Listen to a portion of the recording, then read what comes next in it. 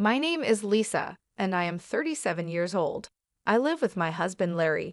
We both work for the company that my father-in-law founded. Even though my father-in-law has retired, he built a small construction company into a business that makes $300 billion a year. He bought other construction companies, and while he was sometimes tough, everyone admires his great business skills. Larry, who was chosen to follow in his father's footsteps, was raised as a pampered child and has a gentle character. I worry that he isn't strong enough for the tough business world. While being gentle might sound good, in reality, he is very indecisive. I have started to feel he isn't fit to be a husband, let alone a CEO. Larry has even admitted, "I'm not cut out to be a CEO. I'll probably just be a figurehead if I become one. It's easier for me that way." He shows no real intention of seriously taking over the company. We've been married for 10 years, and lately I've grown frustrated with his lack of initiative. In contrast to Larry, I consider myself to be quite decisive. It seems my father-in-law, during his active years, appreciated this about me and gave me various tasks to do. Before marrying Larry, I worked at a bank, so I am used to managing finances and always think about the numbers while working. When I got married, I quit my job at the bank and planned to become a full-time homemaker. However, my father-in-law asked me to work for the construction company instead. Shortly after I started working, my father-in-law began inviting me to participate in board meetings and asked for my opinion on management matters. At first, the board members seemed skeptical about including the founder's daughter-in-law in important meetings. But as I consistently provided useful insights, they started listening to my suggestions. Although Larry was also a board member, he rarely attended meetings, and this was accepted by the other board members and my father-in-law as normal. When I came home from a meeting one day, I found Larry casually watching TV. "Why didn't you attend today's meeting?" I asked angrily. "You're a key member. You should take it seriously." Without showing any guilt, he replied, "Even if I go, I don't really understand the discussions. Besides, the board members prefer you, so there's no problem, right?" I wondered if he was upset by my involvement in board meetings, though he made such remarks. My father-in-law has been teaching me the details of running the business and seems to be grooming me as a successor. I started enjoying being involved in management, and before I knew it, I was working hard to meet my father-in-law's expectations. About 3 years after I started attending meetings, my father-in-law retired completely. When there were major decisions to be made, the board members would consult me while Larry was sidelined. I had hoped that being in such a situation would push Larry to work harder, but instead, he became even more disengaged from his work. Although he would come to the office in the morning, he'd disappear somewhere by noon and just stay home for the rest of the day. When he saw me at home, he wouldn't talk about work at all, seeming indifferent to the company's affairs. Meanwhile, my workload at the company was increasing, and I was getting busier. After my father-in-law's retirement, the board members relied on me more and more, and I was given duties similar to a CEO's.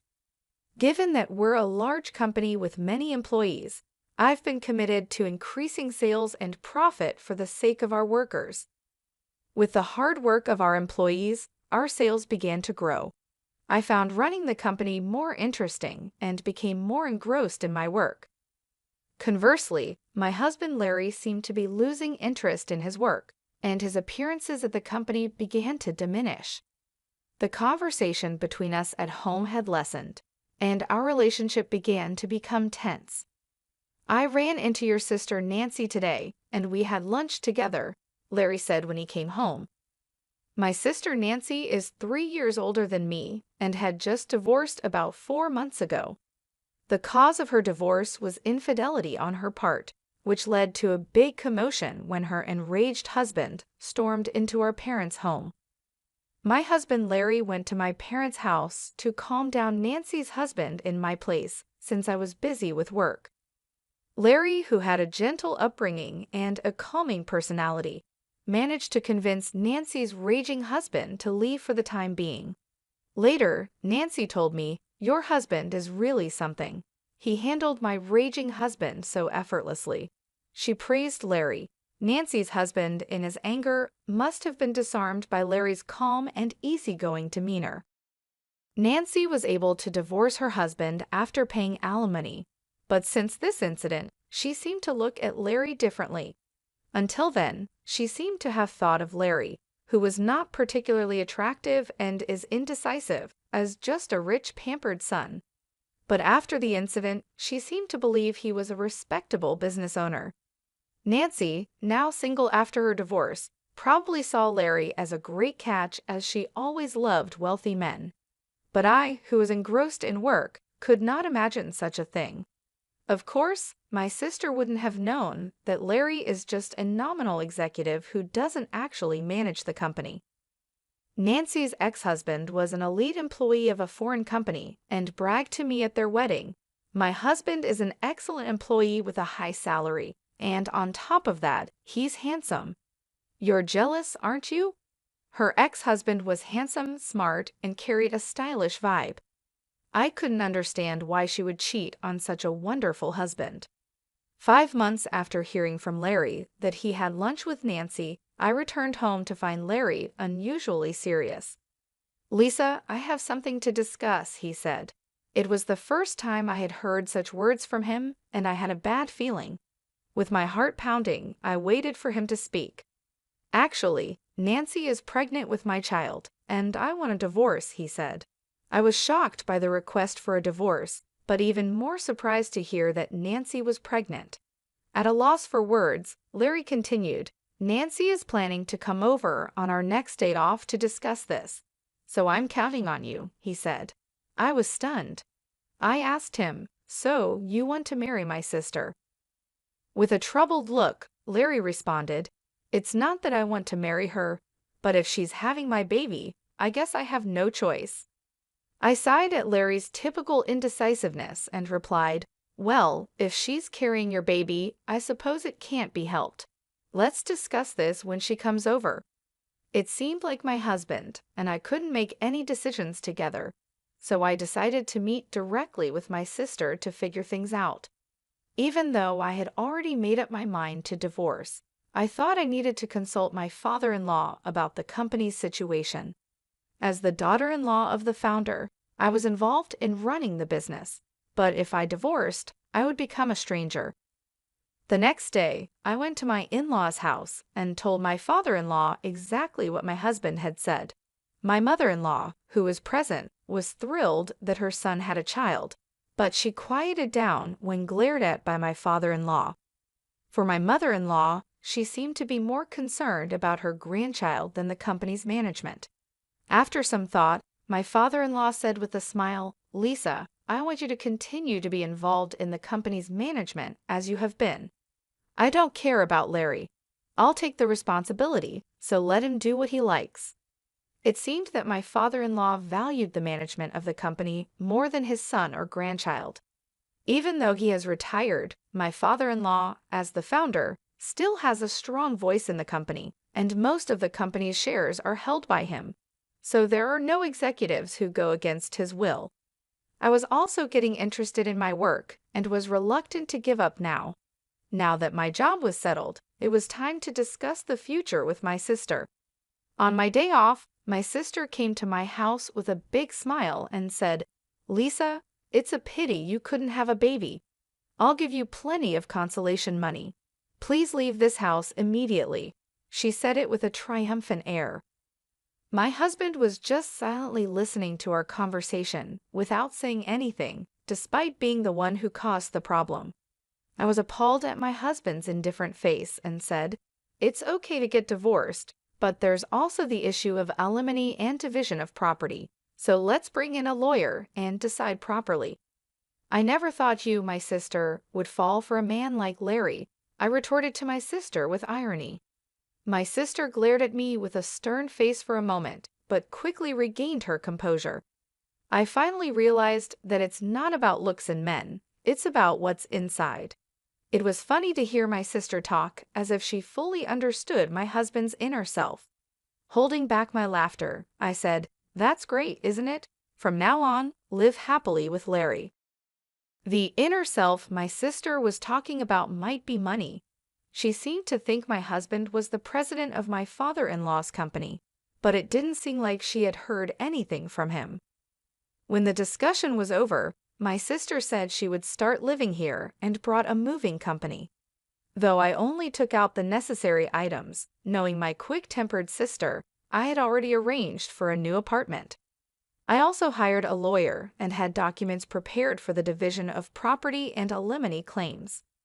The next day, after moving out my belongings, I started negotiations for alimony and the division of property with my husband and sister, accompanied by my lawyer. My husband was still there, sitting with an indifferent face, and only my sister was speaking.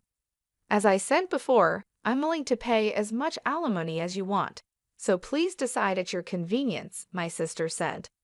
Hearing my sister's words, my lawyer decided to also claim alimony against my sister in addition to my husband.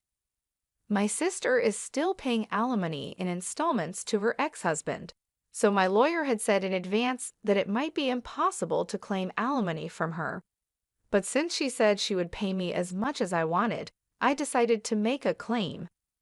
When it came to negotiations about the division of property, my sister excitedly said, "This mansion is originally Larry's family's, so it shouldn't be part of the division of property, right?" The lawyer answered my sister calmly, "This building and the land belong to the company, so it's up to the company to decide." It seemed like even my husband thought this house belonged to his father. "Is that so? I thought this house was Dad's," he said casually. My sister, on the other hand, was taken aback and confronted the lawyer. "Wait a minute, so does that mean I can't live in this house?" The lawyer responded in a businesslike manner. "Since it's company property, you can continue to live here if the company allows it." At this comment, my sister seemed to breathe a sigh of relief. "Oh, you should have said that earlier. It'll be fine since Larry, the president, will be living here." The lawyer looked surprised for a moment, then burst into laughter. "What are you talking about? Lisa is the president, not Larry." Looking at my sister, who planned to remarry my husband but didn't even know this, made me laugh. She immediately turned to my husband and yelled, "Huh, Larry, you're not the president." I stepped in for my husband, who looked troubled, and explained to my sister, "Larry is merely an advisor without any executive rights. I'm an executive director, and I was also made president. Our father-in-law, the founder, had always been the president, but when he retired, he made me an executive director and president." The other executives appreciated my performance, and there was no opposition. On the other hand, my husband, thanks to his father's arrangement, was receiving an executive salary as an advisor without executive rights. It's more of a pity than being a mere employee. Even though it's called an executive salary, since he wasn't really doing any work, it was less than what an ordinary employee would get. So I was bearing all the living expenses. My husband, who didn't care about our household finances, didn't even care whether the house he was living in was company-owned or belonged to his father. Although our home was company-owned, my responsible father-in-law had always charged me rent. Though I thought of it as a normal rental property, the lawyer, still laughing, asked me, "Can we continue to rent this house to Larry?" My sister reacted to the rent part of the lawyer's question. "What do you mean by rent? Are you suggesting that I take rent from Larry? Isn't it the company's property? Just make it free." The lawyer presented the rent amount, laughing heartily at her words. She was shocked to see the figure, and so was her husband Larry, who seemed to be hearing about it for the first time. "Guess a house this big does have a high rent. I can't afford that with my salary," he said. His executive compensation would barely leave any money behind if he had to pay that rent. Their living expenses would be hard to cover. During the 6 years of our marriage, Larry had used up all his modest executive compensation. My salary also disappeared in high rent and living expenses. There were hardly any assets left, and splitting the savings was the only way for asset division. After the lawyer left, my sister, who now knew that the mansion she had been hoping for was actually rented, seemed utterly deflated, staring blankly. Larry was grinning as usual. I suggested, "Why don't you move out and go back to your parents' house? Your mother was so happy about the pregnancy news." Larry agreed, but I couldn't help laughing inside at why I had to consider this man who was about to be my ex. I started worrying if this unreliable man could raise a child, but then I decided it was none of my business. I asked my sister, who seemed to have forgotten about her own alimony, "Are you okay with the alimony payment, sis? You seemed pretty confident, but you're also paying your ex-husband, right?" She was stunned to hear this, her face suddenly snapping back to reality. "Alimony? I have to pay it too?" she asked, astonished, seemingly having heard nothing of the discussion earlier. "You said, 'I'll give plenty of alimony,' but you weren't expecting me to pay it, right? My salary is really low," she continued. Larry and my sister exchanged surprised glances. Watching these two made me want to burst into laughter. I had already obtained signatures on the divorce papers and alimony request documents. It didn't matter to me, but seeing Larry and my sister like this was pathetic. My ex-husband, who had remarried my sister, had returned to his parents' home just as I had warned. But there seemed to be constant quarrels between my sister and my in-laws. The main cause of the conflict was the lie about my sister being pregnant with my ex-husband's child. His mother, who was hoping for a grandchild, was extremely angry. My father-in-law, who had disliked my sister for stealing his son from me from the very beginning, hadn't even spoken to her. He fronted the alimony for Larry, and I was paid in full. But my sister, seeing this, pleaded with him, "Dad, could you please pay my alimony as well?" To this, my father-in-law responded, "I have no reason to be called Dad by you." He was fuming. Not being able to obtain anything she had hoped for, my sister ran away from my ex-husband's family home without a word and went missing. She had practically remarried my ex-husband just to bear the burden of alimony, which was utterly foolish. My ex-husband seemed to consider getting back with me, but his father scolded him. "You're the kind of man who should never even think about having a family. You can't even take care of yourself properly." As I watched all this unfold, I reflected on how things had gotten to this point. When Larry first agreed to go back to his parents' house, I knew it was for the best. His mother was thrilled about the baby, but I couldn't shake the feeling that Larry was completely unprepared for the responsibilities of parenthood. His indifferent attitude throughout our marriage hadn't changed, and I doubted it ever would. Seeing my sister's shock when she realized she had to pay alimony was almost comical. She had been so confident, but she clearly hadn't thought things through. Her financial situation was already strained, and adding more payments would only make it worse. I wondered how she could be so naive. The negotiations for alimony and the division of property were surprisingly straightforward. My lawyer was thorough and ensured that everything was handled fairly.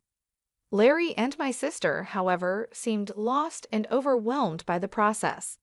They exchanged glances of surprise and confusion, making it clear that they hadn't fully grasped the reality of their situation. Moving out of the house was a significant step for me. I had already found a new apartment and made arrangements to start fresh. The house, which I had once thought of as a home, now felt like a burden lifted off my shoulders. It was company property anyway, so leaving it behind felt like shedding the last remnants of my life with Larry. After I moved out, the tension between my sister and my in-laws only grew. The lie about her being pregnant with my ex-husband's child had caused a rift that couldn't be mended. My father-in-law, who had never approved of my sister, was especially vocal in his disapproval. He had always seen her as someone who had disrupted our family, and this latest deception only confirmed his worst fears. My sister's plea for my father-in-law to pay her alimony was met with cold rejection. I have no reason to be called dad by you, he said, his anger evident. Her dreams of a carefree life supported by my ex-husband's family crumbled, and she found herself without the support she had expected. Eventually, my sister ran away from my ex-husband's family home without a word. She vanished, leaving behind the chaos she had created. Her attempt to remarry my ex-husband and secure financial stability had backfired spectacularly. She had only succeeded in creating more problems for herself and those around her.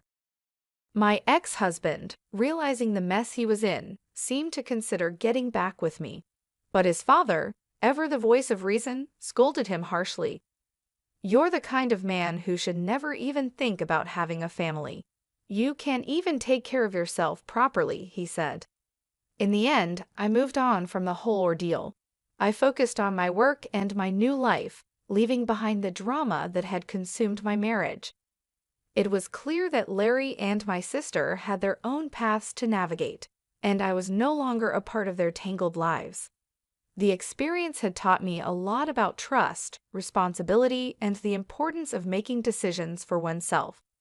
I would never get back with my ex-husband, even if he begged me. I stopped believing in him when he cheated on me with my sister, and I was disgusted by his indifferent attitude during our discussions. He was fired from his executive position and is now working as a temporary employee. The way he behaved during our marriage and after the affair showed me that he was not someone I could rely on or trust. His lack of commitment to our relationship and the company made it clear that he wasn't suited for the responsibilities he had. Seeing him now, reduced from an executive to a temporary employee, only reinforces my decision to move on without him. I've continued being the CEO, which is the most important thing in my life. Running the company gives me a sense of purpose and fulfillment. It keeps me focused and motivated, and I take pride in the work I do. Every day, I strive to make the company better for the sake of our employees and their families. My role as CEO has become central to my identity, and I can't imagine giving it up.